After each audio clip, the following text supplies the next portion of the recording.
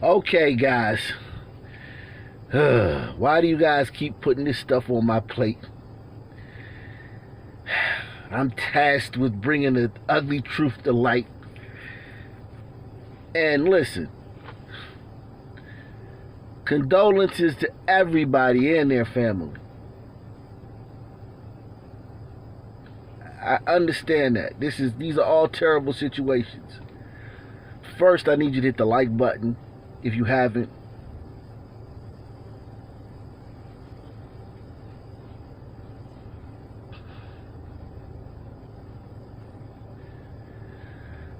But first, I need you to hit the like button if you haven't. But first, I need you to hit the like button if you haven't. Subscribe if you haven't.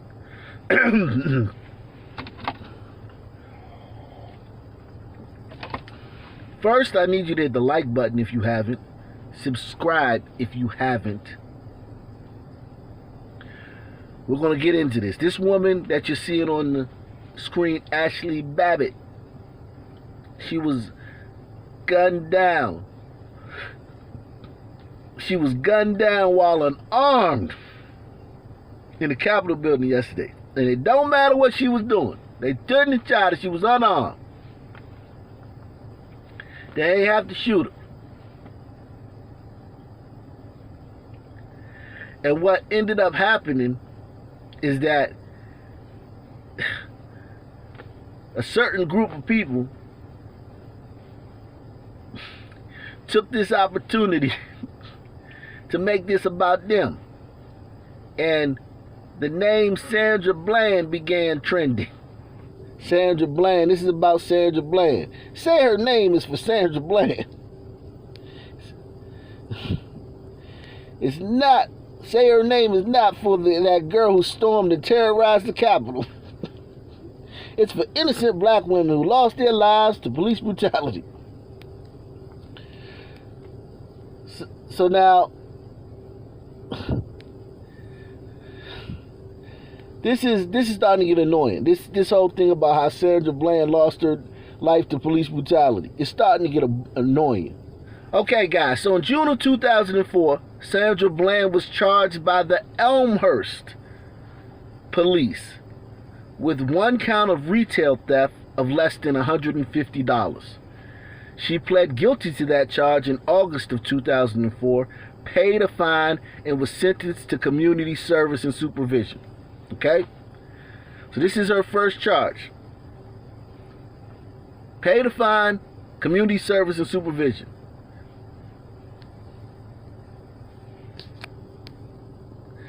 June of 2005, Bland was stopped by police in Oak Brook Terrace, a different jurisdiction than the first jurisdiction.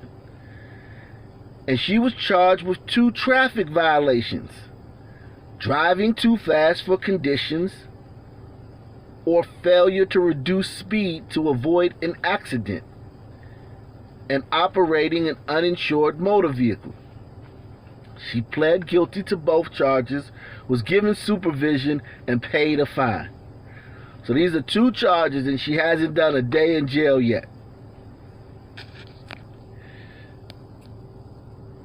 In 2009, Bland was charged in Harris County, the 3rd different jurisdiction she has committed a crime in, with misdemeanor possession of drug paraphernalia. But the charge was dismissed. 3 charges, 3 different jurisdictions, not a day in jail. 2010, May of 2010, Bland was charged in 2 separate court cases in Harris County, Texas, for misdemeanor possession of a small amount of marijuana and driving while intoxicated. Very dangerous to the other people on the road. Court records show that the DWI charge was dismissed, but Bland pled guilty in September 2010 to the pot charge. Her 4th crime in her 4th different jurisdiction, no jail time.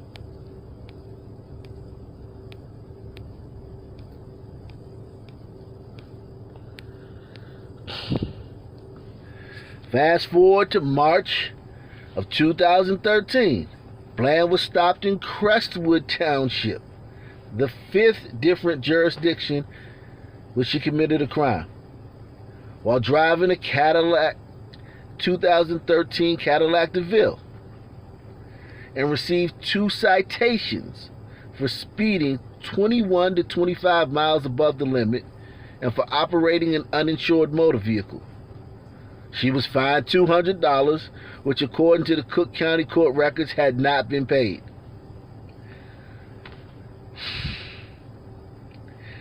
All over this country, this woman is committing crimes, and nothing is happening to her. November of 2013, a report in the suburban newspaper says that Bland was arrested in Naperville, charged on a warrant, and transported to DuPage County Jail. The news did not say what the warrant for, so finally, the warrant, you got to get arrested for a warrant. So she finally gets some jail time on her 6th charge in her 6 different jurisdictions. February 2014, Bland was stopped by Lombard police, the 7th different jurisdiction. She's been charged. All 7 of her crimes, of her run-ins with the cops, have been in different jurisdictions. She international. So she was stopped by Lombard police and charged with operating an uninsured motor vehicle and driving with an expired license plate. She was convicted of both charges and fined, but by May of 2014, court records show that she still owed $2,769 in fines, and the judge ordered that the Illinois Secretary of State be notified of her failure to pay.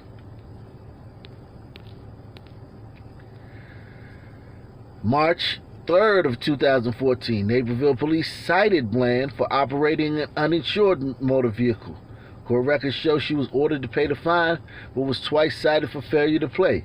In June of 2014, the court ordered that the Illinois Secretary of State be notified, and the docket lists a $1,313 balance is still due. So she still hasn't paid her fines up until this time. And her driving record, good God. Like, I thought the cop that pulled her over was just picking on her, right? Isn't that what we were told? The cop just picked on her because she was black. There's no other reason. You know, everybody knows Sandra. You know Sandra. Don't you know Sandra? You grew up with Sandra, right? All them Black Lives Matter people grew up with Sandra. They know her. They know her. They know her so well. So on March 8th, approximately 5 days after the previous stop in Naperville, Bland was stopped in Lombard. So she's back to Lombard. That's a jurisdiction she's already had a previous run-in in, and charged with 2 counts of driving under the influence, speeding 15 to 20 miles per hour over the speed limit, improper lane usage, disobeying a traffic control signal, failing to signal when changing lanes, driving on a suspended license, and operating an uninsured motor vehicle. I think you guys think that this stuff is petty. If someone is, their plates are bad, their plates are dead, they don't have insurance, they don't have nothing, what happened when you get in an accident with them? How many of y'all want to get in an accident with somebody like that, who's drunk, who's speeding, who don't have nothing, no paperwork when their car is up to date? Who want to get in an accident with that person? Even a fender bender.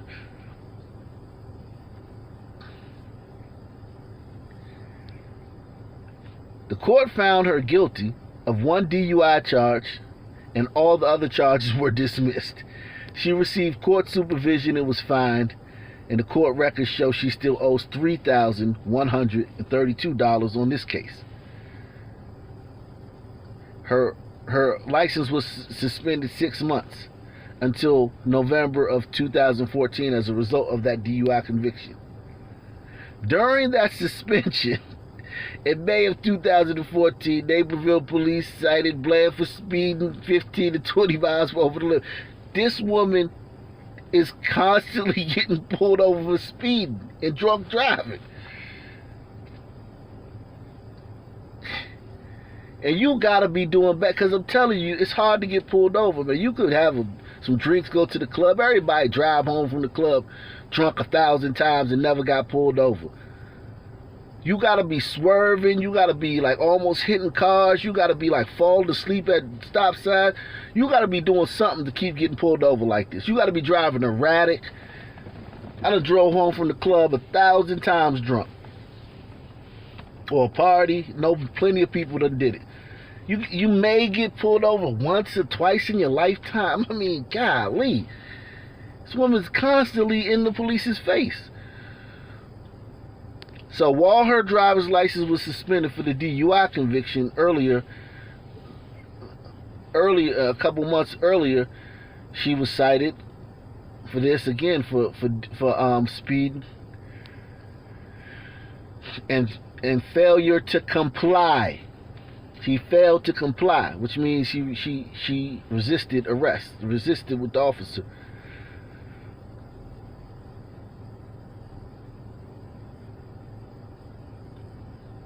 And a case in June and again in August. So while her license was suspended, she had a run-in with cops in May for speeding, and she had 2 run-ins with cops, one in June and another in August, for failure to comply. So she just driving. She don't care. Her license suspended. She don't care. She gonna keep on driving. And if they pull her over, whatever. She know the system ain't gonna do nothing to her. She know ain't nothing gonna happen. This woman with this record, she keep getting pulled over and nothing's happening to her. She ain't paying her fines or nothing.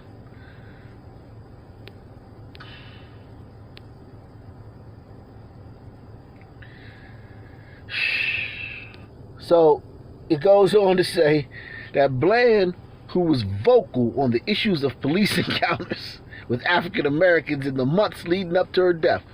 Yeah, she became a Black Lives Matter activist a few months before she died. This was not a lifelong thing. This was a wave. She caught the wave.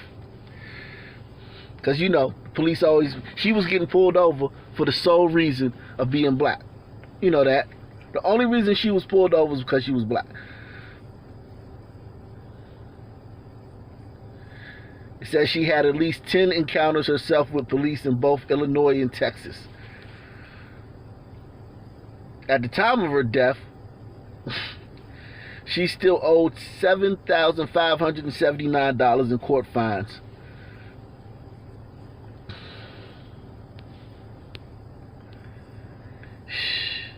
She was found dead in her cell at the Waller County Jail in Hempstead, Texas. She had been arrested Friday in Waller County on a charge of assaulting a public servant. So basically assaulting a police officer. How many of y'all believe that she assaulted that police officer? Who here believes she assaulted that police officer?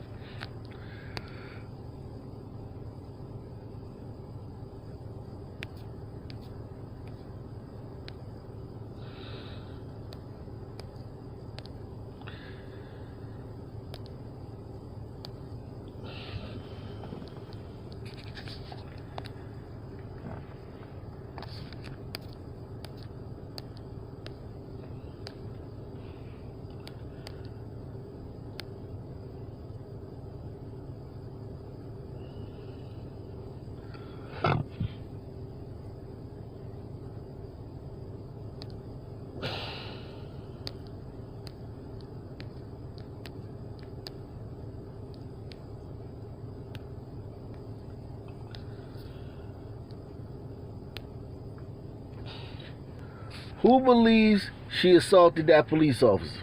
Or that the police officer made it up? Who believes that she was justifiably pulled over? Because remember, this police officer is racist. This police officer is racist. He did this.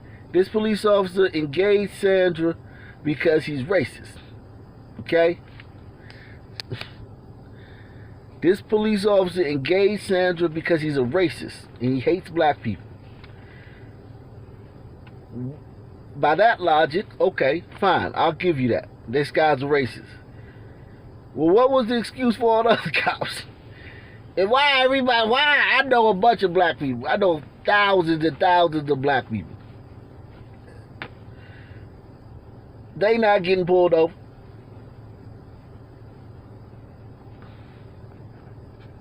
I just don't understand this, man. Why Sandra gets pulled over 10 times, and I know plenty of black people that don't, man, they rarely ever, maybe twice in a lifetime, maybe, once or twice, maybe.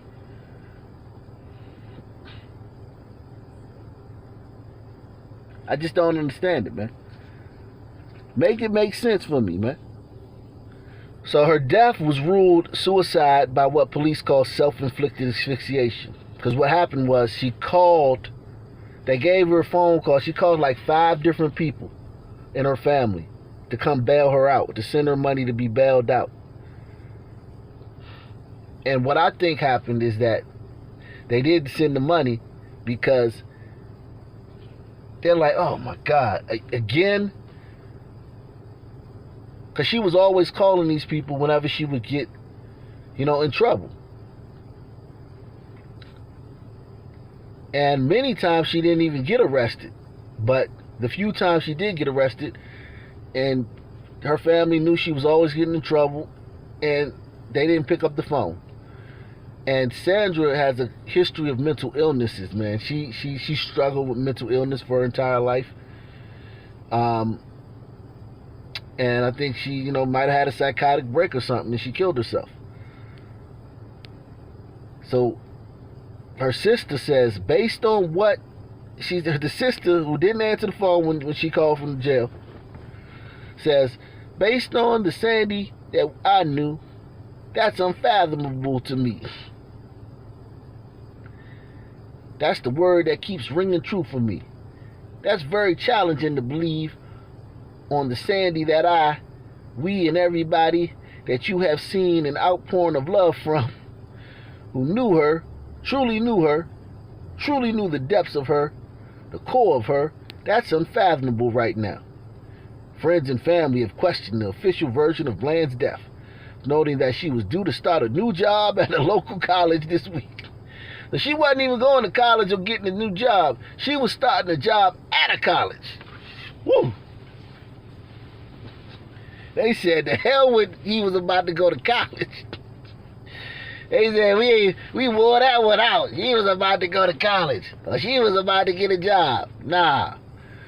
She was about to start a new job at a college. Woo.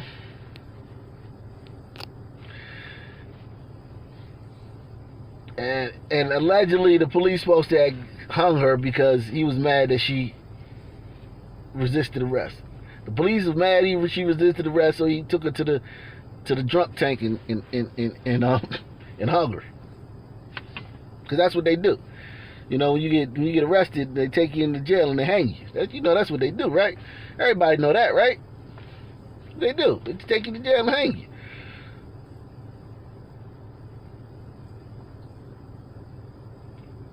Because, it's that serious. Because, you getting pulled over is that serious. It's that big of a deal. Now we got to hang you for it on the spot.